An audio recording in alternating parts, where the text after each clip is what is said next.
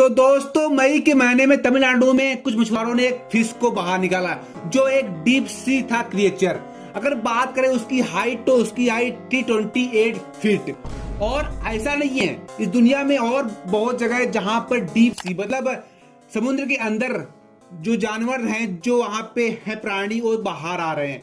लेकिन इस मछली को देखकर सब लोग डर रहे हैं, क्योंकि ये मछली सब लोग बोलते हैं ये मछली गॉड ऑफ मैसेज, जहां पर ये मैसेज लाती है कुछ डिजास्टर होने से पहले। और वो मछली है ओवर फिश, जिसे आप लोग डूम्सडे फिश भी बोल सकते हो, क्योंकि ये मछली का नाम ही है ऐसा। अगर बात करें क्या मछली इसकी थ्योरी जो बोलते हो सच है कि नहीं है कि गॉड ऑफ मैसेज, तो आज हम इस वीडियो में सर्च करने वाले हैं। लेकिन सबसे बड़ी थ्योरी ये बोलती है कि जापान के लोग ओवर फिश को बोलते हैं गॉड ऑफ मैसेज, जहां पर उनकी भाषा में बोलते हैं राइगु नो तुसुकाई। इसका मतलब है messenger from the sea dragon, gods place. अगर बात करें ओवर फिश, जहां पर तमिलनाडु के छोटे से गांव में लोग जाते हैं मछली पकड़ने के लिए, वो भी ग्रुप बना के, वो भी समुद्र के एकदम बीच में, जहां पर वो लोग पकड़ते हैं ओवर फिश। और ओवर फिश एकदम आया था किनारे पे। अगर बात करें ओवर फिश की हाइट, तो लोग बोलते हैं कि उसकी हाइट 30 फीट थी। ओवर फिश की हाइट 30 फीट थी, जहां पर उन्होंने सबसे पहले इस फिश को लाइफ में फर्स्ट टाइम देखा था वो लोग ने। और उसका सर जो हेड था वो कुछ अलग था, सारे फिश से वो हेड थोड़ा अलग था, जैसे कोई जायंट। लेकिन अगर हम लोग बात करें ओवर फिश का साइंटिफिक क्लासिफिकेशन, तो यहाँ पर डोमेन में आता है इक्वेटा, किंगडम में आता है एनिमेलिया, फाइलम में आता है कॉर्डेटा, क्लास में आता है एक्टिनोपेटेगी, ऑर्डर में आता है लैम्प्रिफॉर्मेस, फैमिली में आता है रिगलसीड। ये scientific classification of over fish. लेकिन यहाँ पर तमिलनाडु पे नहीं, उससे पहले न्यूजीलैंड, कैलिफोर्निया, जापान, बहुत सारे शहरों में deep sea creatures over fish surface पे आ रहे हैं। तो इसका क्या कारण है?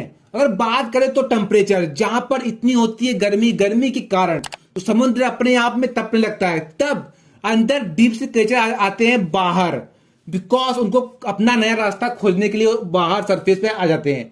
अगर बात करें समुद्र, जहां पर अपने तट में रहस्यमय, मिस्टीरियस ऐसे जाइंट, इतने पॉइजनस जाइंट जो आप एक ही जहर आपको मार रहे हैं उसी समय, पर अभी तक हम उनसे अनजान हैं। अगर बात करें मानव ने समुद्र का अनुमान सिर्फ 5% लगाया, 95% अब तक उन्होंने लगा ही नहीं पाया है।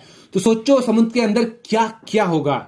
यहाँ पर समुद्र का सबसे गहरा जगह जो है मरियाना ट्रेंच, जो पैसिफिक ओशन में है, जहां पर सूर्य की रोशनी भी वहां पहुंच नहीं पाती, जहां पर अंधेरा ही अंधेरा है। लेकिन विक्टर विस्कोवा, जहां पर 10,927 किलोमीटर जाते हैं, जो 11 किलोमीटर समुद्र का गहरा होता है, वहां पर जाके वापस आए थे। और ये अब तक एक रिकॉर्ड ही है, वहां तक कोई भी नहीं गया है।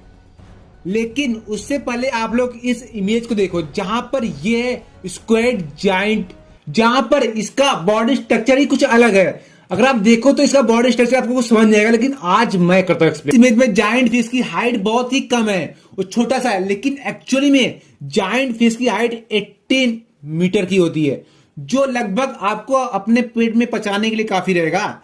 और अगर बात करें उनके टेंटिकल्स, तो बहुत ही स्मूथ और बहुत खतरनाक भी होते हैं।